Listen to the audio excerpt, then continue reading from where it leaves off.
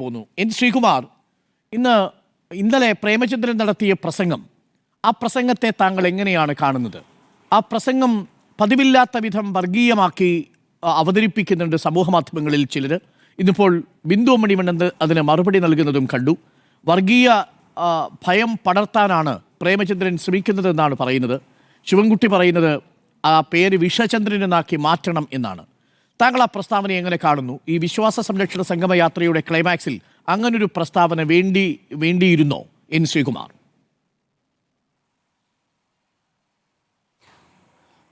നോക്കൂ doctor Arunkumar, Shri N K Premendran മിനിങ്ങാന്ന് വിശ്വാസ സംരക്ഷണ UDF റാലിയിൽ നടത്തിയ പ്രസംഗം അദ്ദേഹം പിന്നീട് ഇന്ന് പത്രസമ്മേളനത്തിൽ വീണ്ടും അത് ശരിവെച്ചുകൊണ്ട്, ആ പേരുകളിലൊക്കെ ചില വ്യത്യാസം ഉണ്ടെങ്കിൽ ആ അദ്ദേഹത്തിൻ്റെ പ്രസംഗം അദ്ദേഹം ശരിവെച്ചുകൊണ്ട് പറഞ്ഞിട്ടുണ്ട്. അതിൽ അദ്ദേഹം പറഞ്ഞത് മുൻപ് Shibu baby John, RSP secretary Shibu baby John പത്രസമ്മേളനം നടത്തി പറഞ്ഞതാണ്, പ്രതിപക്ഷ നേതാവ് പറഞ്ഞതാണ്. അത് ഞാൻ പറയുമ്പോൾ മാത്രം CPM സൈബർ സെല്ലുകളിൽ നിന്നും എനിക്കെതിരെ അതിക്രമം വരുന്നു, ഞാനത് സ്വാഗതം ചെയ്യുന്നു.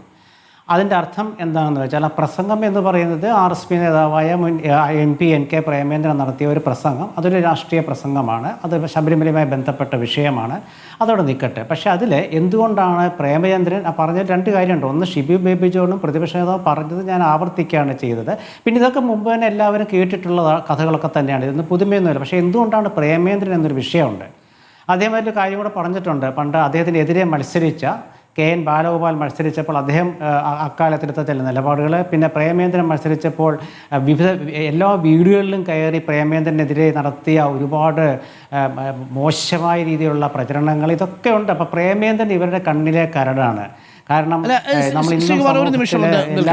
അതായത് ബാക്കിയുള്ള നേതാക്കളൊക്കെ പറഞ്ഞു പോയത് ഒരു ജനറലായിട്ട് പറഞ്ഞു പോവുകയാണ്, അവിടെ മല കയറ്റാനുള്ള ശ്രമം നടത്തി. പക്ഷേ ഈ ബിന്ദു അമ്മിണിക്കൊപ്പം പോയത് ഈ രഹ്ന ഫാത്തിമയല്ല, കനകദുർഗയാണ്. അവർ രണ്ടുപേരും സന്നിധാനത്തെത്തി ദർശനം കഴിഞ്ഞ് മടങ്ങി. അതായിരുന്നു യുവതി പ്രവേശനമായിട്ട് നമ്മൾ പറയുന്നത്.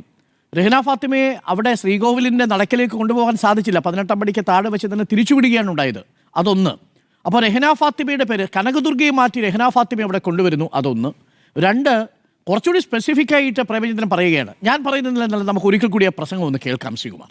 അതിൽ എന്തെങ്കിലും ഒരു കുഴപ്പമുണ്ടോ എന്നുള്ളത്. ഞാനിത് പറയുന്നത് ഇത് സൃഷ്ടിക്കാൻ പോകുന്നത് ഈ വിശ്വാസ സംരക്ഷണ പ്രതിഷേധ യാത്രകളൊക്കെ നടത്തുന്ന പ്രതിപക്ഷത്തിന് ഇത് തിരിച്ചടിയായി മാറുമോ എന്നുള്ളതാണ് ഈ പ്രസ്താവനയിലെ ഒരു ടോൺ. നമുക്ക് ഒരിക്കൽ കൂടി അതൊന്ന് കേട്ടിട്ട് വരാം.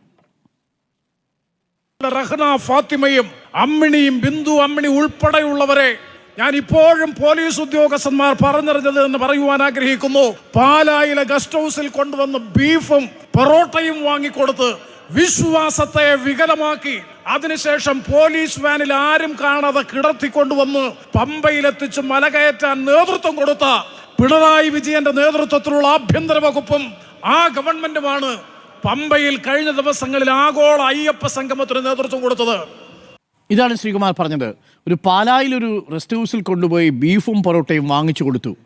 ഒന്ന്, ബിന്ദു അമ്മിണി തന്നെ അത് നിഷേധിക്കുന്നുണ്ട്. നമ്മളുടെ അറിവിലോ നമ്മളുടെ അന്വേഷണത്തിലോ പാലാ റെസ്റ്റ് ഹൗസിലേക്ക് ആരെയും കൊണ്ടുവന്നതായിട്ടില്ല താനും. അപ്പോൾ അങ്ങനെ ബീഫ് കൂടി കൊടുത്തു എന്നാണ് പറയുന്നത്. പേര് രഹ്ന ഫാത്തിമ. ഇതാണ് ശ്രീകുമാർ, അത് വേണ്ടിയിരുന്നോ എന്ന് ഞാൻ ആവർത്തിച്ച് ചോദിക്കാനുള്ള കാരണം. എനിക്ക് ചോദിക്കുന്നതിന് ബുദ്ധിമുട്ടുണ്ട്. ഒരു ബുദ്ധിമുട്ടും വേണ്ട. അദ്ദേഹം അതിൽ പറഞ്ഞിട്ടുണ്ട് പോലീസ് പറഞ്ഞറിഞ്ഞ കാര്യമെന്ന്. പോലീസിനെ വിളിച്ച് ചോദിക്കാൻ പറയണം ഇവിടുത്തെ ആഭ്യന്തര വകുപ്പിനോട്. പ്രേമേന്ദ്രൻ ഇങ്ങനെ പറയുന്നുണ്ട്, പോലീസ് പറഞ്ഞറിഞ്ഞ കാര്യമെന്നാണ് പ്രേമേന്ദ്രൻ പറയുന്നത്. പോലീസ് അങ്ങനെ പ്രേമേന്ദ്രനോട് പറഞ്ഞോ എന്ന് പോലീസിനെ വിളിച്ച് ചോദിക്കണം. അതിലെന്താ ബുദ്ധിമുട്ടെന്താ? അപ്പോൾ പോലീസ് പറയും ഞങ്ങൾ പറഞ്ഞിട്ടില്ല, അല്ലെങ്കിൽ ഞങ്ങൾ പറഞ്ഞിട്ടുണ്ടെന്ന് പറയും. പോലീസ് പറഞ്ഞ കാര്യമാണ് പ്രേമേന്ദ്രൻ പറഞ്ഞത്. ഈ പ്രസംഗം ഇപ്പം നിങ്ങൾ കേൾപ്പിച്ച പ്രസംഗത്തിലുണ്ടല്ലോ. അപ്പോൾ ഞാൻ പറയുന്നത് നമ്മൾ അത് ചർച്ചാ വിഷയമാക്കുമ്പോഴാണ് ഡോക്ടർ അരുൺകുമാർ ആ രണ്ട് വരികളിൽ തന്നെ പിടിച്ചു നിൽക്കേണ്ടവർക്ക് പിടിച്ചു നിൽക്കാം. പക്ഷേ എന്തുകൊണ്ട് ഞാൻ എന്നൊരു ചോദ്യം പ്രേമേന്ദ്രൻ ഉന്നയിച്ചിട്ടുണ്ട്. അതിനൊരുപാട് പിന്നിലേക്ക് പോകണം. കാരണം അദ്ദേഹം നരേന്ദ്രമോദിയെ ക്ഷണിച്ചിട്ടൊരു സദ്യ ഉണ്ണാൻ പോയതും അതിനുശേഷം കഴിഞ്ഞ തെരഞ്ഞെടുപ്പിന് മുമ്പ് ഒരു റോഡ് ഉദ്ഘാടനം ചെയ്യാൻ പ്രധാനമന്ത്രിയെ ക്ഷണിച്ചതും ഒക്കെ വിവാദമാക്കിയ CPM ആണ്. അപ്പോൾ CPM-നോട് പ്രേമേന്ദ്രനുള്ള വിദ്വേഷം എന്ന് പറയുന്നത് മുഖ്യമന്ത്രി അദ്ദേഹത്തെ വിളിച്ചൊരു പദമുണ്ടല്ലോ, അപ്പോൾ അത് ഞാനിവിടെ പറയുന്നില്ല. ഒരു വിശേഷണമല്ല, ഒരു തെറ്റായ പദപ്രയോഗം, തെറ്റായ വിശേഷണം ഉണ്ടല്ലോ, അത് അദ്ദേഹത്തിനെതിരെ പ്രയോഗിച്ച ശേഷം CPM-ന് അദ്ദേഹത്തോട് ദേഷ്യം എന്താണെന്ന് വെച്ചാൽ കൊല്ലത്ത് CPM-നെ അടിപതറാനുള്ള ഒരു കാരണക്കാരൻ പ്രേമേന്ദ്രനാണ്. അവരുടെ കൊല്ലം സീറ്റ് RSPയിൽ നിന്ന് പിടിച്ചെടുത്ത് CPM മത്സരിച്ച് ജയിച്ചുകൊണ്ടിരുന്ന സീറ്റ് തിരിച്ചു പിടിച്ച് ലക്ഷങ്ങളുടെ ഭൂരിപക്ഷത്തിന് നിരന്തരം ജയിച്ചുകൊണ്ടിരിക്കുന്ന പ്രേമചന്ദ്രൻ CPM-ന്റെ ശത്രുവാണ്. അവർക്ക് ഭയമാണ് അദ്ദേഹത്തെ, യാതൊരു സംശയമില്ലാത്ത കാര്യമാണ്. അദ്ദേഹത്തെ അന്ന് മോദിയുടെ ഒക്കെ കൂടെ പോയി കാപ്പ് കുടിച്ചു എന്ന് പറഞ്ഞവർ പിന്നീട് നിർമ്മല സീതാരാമൻ്റെ ഒപ്പം പോയി പ്രഭാത ഭക്ഷണം കഴിച്ചതും മന്ത്രിമാരുടെ വീടുകളിൽ പോയി കണ്ടതും ഒക്കെ നമ്മളുണ്ട്. അപ്പോൾ CPM ഇതൊക്കെ ചെയ്യുമ്പോൾ പ്രേമേന്ദ്രനുള്ള ഒരു രാഷ്ട്രീയമായ അരിശം അതാണ്. എന്തുകൊണ്ട് ഇവരെന്തിന് എന്നെ വേട്ടയാടുന്നു, അതുകൊണ്ട് വേട്ടയാടിക്കോട്ടെ എന്നുള്ളതാണ് പുള്ളിയുടെ ആവശ്യം. രാഷ്ട്രീയം എന്താണെന്ന് വെച്ചാൽ അതായത് CPM